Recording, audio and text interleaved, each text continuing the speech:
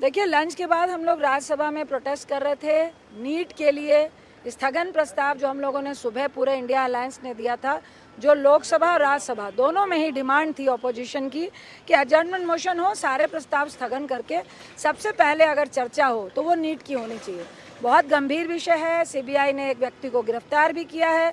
सबसे ज़्यादा खबरें जो पेपर लीक की हैं गुजरात और बिहार से आ रही हैं। बताया जा रहा है कि इस फलां स्कूल की बिल्डिंग में ऐसे स्टूडेंट को 5 से 6 लाख रुपए में पेपर बेचा जा रहा था। तो ये बहुत गंभीर विषय है। सिर्फ नीट नहीं, यूजीसी और एनटीए जो नेशनल टेस्टिंग एजेंसी है उस पर भी बातें उठ रही हैं। तो ये बहुत महत्वपूर्ण है। लगभग 75 लाख स्टूडेंट से जुड़ा हुआ मुद्दा है। हम चाह रहे थे कि इसका सबसे पहले इसकी चर्चा हो। उसी प्रोटेस्ट को करते हुए हम लोग वेल पे थे तो हमारी जो कलीग है फूलो देवी नेताम, जो मेरे साथ छत्तीसगढ़ से राज्यसभा है, वो अचानक से फेंट हो जाती है, बेहोश हो जाती है। फिर जब चेकअप हुआ तो उसका ब्लड प्रेशर काफ़ी हाई था। आप लोहिया में कर रहे हैं, अभी तक हम लोग उनके साथ थे।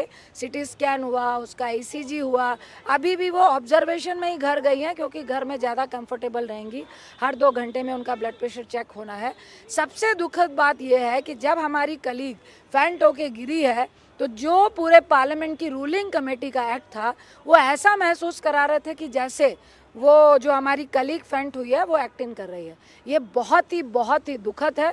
उसके 10 मिनट के बाद जब एम्बुलेंस और स्ट्रेचर आता है और डॉक्टर जब चेक करते हैं तो उनका ब्लड प्रेशर 204, 134 और पल्स रेट 137 था।